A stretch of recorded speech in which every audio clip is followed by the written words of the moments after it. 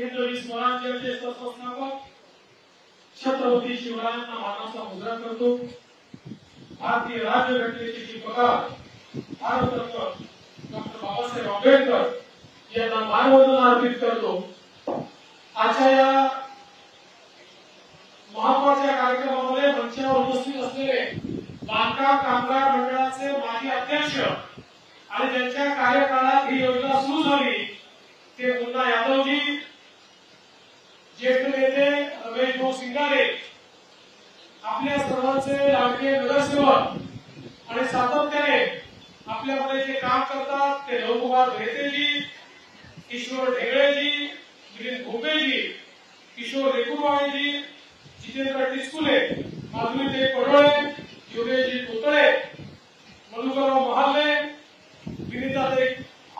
विनाताई खानोरकर, नितीन महाजन, उषाताई पटले, वर्षाताई भोयर, मंचावरील सर्व मान्यवर आणि या ठिकाणी उपस्थित माझ्या सर्व भगिनींनो, लाडक्या बहिणींनो आणि थोड्या संख्येने उपस्थित असलेल्या लाडक्या भावांनो, आज अतिशय आनंदाची गोष्ट आहे की कामगार कल्याण मंडळाच्या माध्यमातून मी मुख्यमंत्री असताना आणि मुन्नाजी यादव हे मंडळाचे अध्यक्ष असताना आम्ही एक योजना सुरू केली की त्या योजनेच्या अंतर्गत जे नोंदणीत अशा प्रकारचे कामगार आहेत त्यांना वेगवेगळ्या प्रकारचे बेनिफिट देण्याच्या संदर्भात आपण कारवाई सुरू केली। दुर्दैवाने मध्ये 2.5 वर्ष दुसरं सरकार होतं, उद्धव ठाकरेंच्या काँग्रेसच्या नेतृत्वातलं सरकार, त्यांनी ती योजना बंद केली। मिळणारे 5,000 रुपये पेट्या बेनिफिट सगळं बंद केलं। पण तुमच्या आशीर्वादाने पुन्हा एकदा महाराष्ट्रामध्ये मला संधी मिळाली उपमुख्यमंत्री म्हणून आणि आपण पुन्हा ही योजना सुरू केली आणि आता आपण सर्व नोंदणीत कामगारांपर्यंत कार्ड देतो आहे। 5,000 रुपये त्यांना मिळत आहेत, पेट्या मिळत आहेत, भांडी कुंडी मिळत आहेत। पण एवढ्यावरच हे सीमित नाहीये। मुन्नाजींनी सांगितलं आपण याच्या अंतर्गत कार्ड मिळालं की वेगवेगळे बेनिफिट देखील त्याच्यात येतो। मग नोंदणीत कामगार जे आहेत या नोंदणीत कामगारांच्या मुलांना शिक्षणाचं बेनिफिट देतोय, उच्च शिक्षणाचं बेनिफिट देतोय, अगदी परदेश शिक्षणाचं बेनिफिट देखील या योजनेच्या अंतर्गत जर एखाद्याचा मुलगा हुशार आहे आणि त्याला प्रत्यक्षात चांगल्या युनिव्हर्सिटीमध्ये त्या ठिकाणी प्रवेश मिळाला तर त्याला परदेशामध्ये शिक्षणाकरता पैसा देखील आपण या कामगार कल्याणच्या योजनेच्या माध्यमातून देतोय। एवढंच नाही तर ज्यांच्याकडे कार्ड आहे त्यांना इन्शुरन्स आपण देतोय। दुर्दैवाने त्यांच्या घरी मृत्यू झाला तर त्यांना त्या माध्यमातून इन्शुरन्सचे पैसे मिळतात, त्यासोबत मेडिकल बेनिफिट देखील देतोय। त्यांना त्या ठिकाणी मोफत उपचार या कार्डाच्या माध्यमातून मिळणार आहेत।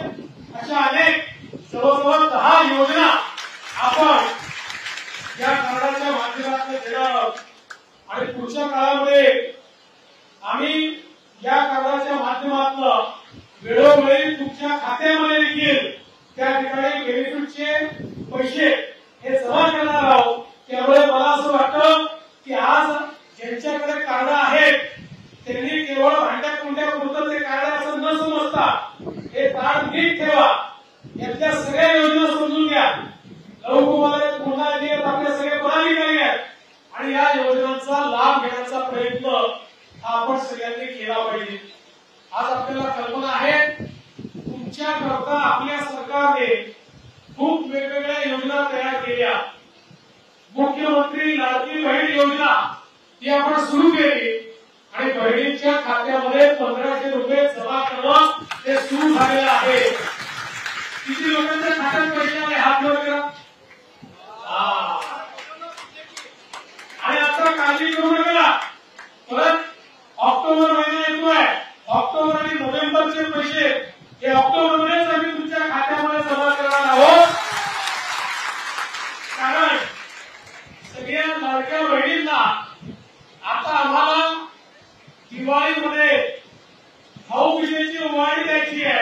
ती ओवाळणी ऍडव्हान्स मध्ये आम्ही ऑक्टोबर मध्ये तुमच्या खात्यामध्ये जमा करणार आहोत। आणि यासोबत आपण लेख लाडकी सारखी योजना सुरू केली। लेख लाडकी योजनेच्या अंतर्गत आपल्या घरी जर मुलगी जन्माला आली तर मुलगी जन्माला आल्यानंतर तिच्या जन्माचं स्वागत झालं पाहिजे आणि जन्माला आलेली मुलगी तिने घराला लखपती बनवलं पाहिजे, म्हणून आपण लेख लाडकी योजना सुरू केली। मुलगी जन्माला आल्याबरोबर 5,000 रुपये, ती पहिल्या वर्गात गेली की 5,000 रुपये, ती चौथ्या वर्गात गेली की 7,000 रुपये, ती 7व्या वर्गात गेली की 7,000 रुपये, ती 11व्या वर्गात गेली की 8,000 रुपये आणि 18व्या वर्षी 75,000 रुपये म्हणजे एकूण 1,00,000 रुपये मुलगी जन्माला येईल त्या घरामध्ये त्या मुलीच्या नावाने आपण देतो आहोत, जेणेकरून त्या मुलीच्या जन्माचं स्वागत झालं पाहिजे। आपल्याला कल्पना आहे, आपल्या सरकारने निर्णय घेतला की मुलींचं शिक्षण जे आहे ते आतापर्यंत 12वी पर्यंत मोफत होतं, पण पुढचं शिक्षण मात्र मोफत नव्हतं। आता आपण निर्णय घेतला की पहिलीपासून ग्रॅज्युएशन पर्यंत सगळं मुलींचं शिक्षण मोफत होईल, सगळी त्याची फी राज्य सरकार भरेल। इंजिनिअरिंग असो, मेडिकल असो, बीबीए असो, एमबीए असो, जवळपास 507 कोर्सेस मध्ये 2 लाख, 3 लाख, 1 लाख जी फी असेल ती राज्य सरकारच्या माध्यमातून भरण्याचा निर्णय आपण घेतला। कारण आमच्या लक्षात आलं की अनेक वेळा खासगी कॉलेजमध्ये ऍडमिशन मिळते आणि मग घरचे लोक विचार करतात, एक मुलगा एक मुलगी असेल तर मुलाला शिकवतात तसं तरी पोटाला चिकटा घेऊन आणि मुलीला सांगतात आता तुझ्या भावाला शिकवण्याचे पैसे आमच्याकडे आहेत, तुला काही बाई आम्ही शिकवू शकत नाही, त्यामुळे तू आता आपलं काहीतरी छोटं मोठं कर, शिक आणि लग्न करून चालली जा। म्हणून आम्ही निर्णय केला की ठीक आहे, आई बापाकडे त्या ठिकाणी पैसे नसतील पण मुलींचे लाडके मामा हे राज्यामध्ये बसलेले आहेत, ते मुलींची फी भरतील आणि आपण मुलींची पूर्ण फी भरणं आता या ठिकाणी सुरू केलेलं आहे। आपल्या महिलांकरता एसटी मध्ये 50% आता आपण कन्सेशन दिलाय। महिलांनी एसटीचा प्रवास केला तर त्यांना अर्धच तिकीट लागणार आहे आणि याचा परिणाम काय झाला माहिती आहे? सुरुवातीला आम्ही त्यावेळेस हा निर्णय घेतला, एसटीचे लोक आमच्याकडे आले आणि म्हणाले साहेब एसटी संपून जाईल, दरखाई नाही, पगाराला पैसे होणार नाही।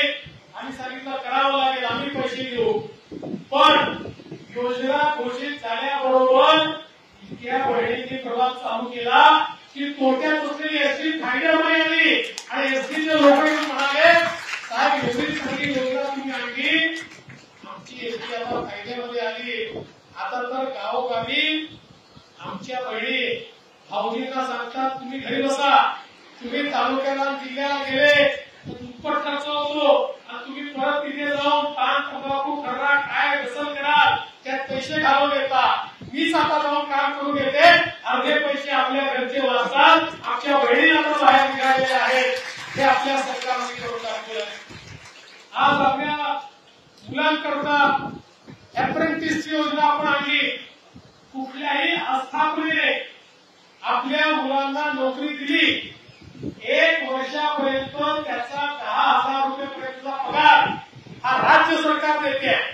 6 लाख मुलांना आपण त्या ठिकाणी नोकरी देतोय, जवळपास 2.5 लाख मुलांना नोकरी ऑलरेडी आपण दिलेली आहे। आमचा प्रयत्न आहे की वेगवेगळ्या आस्थापना आम्ही सांगतो की 1 वर्षाचा पगार आम्ही तुम्हाला देतोय, तुम्ही केवळ आमच्या मुलांना नोकरी द्या आणि 1 वर्षानंतर एकतर मुलगा तिथेच कंटिन्यू होईल किंवा काही कारणाने होऊ शकलं नाही तर त्याच्याजवळ अनुभव असेल, सरकारचं सर्टिफिकेट असेल, त्यामुळे त्याला स्वतःचा बिझनेस करता येईल किंवा दुसरीकडे नोकरी करता येईल। या सगळ्या योजना आपण या ठिकाणी आणल्या आणि त्या शेवटच्या माणसापर्यंत पोहोचवण्याचा प्रयत्न आपला चाललेला आहे। पण या सगळ्या योजना आम्ही का आणू शकलो? एकाच कारणाने आणू शकलो, तुमच्या सगळ्यांचा आशीर्वाद आमच्या पाठीशी आहे म्हणून आणू शकलो। तुम्ही सगळ्यांनी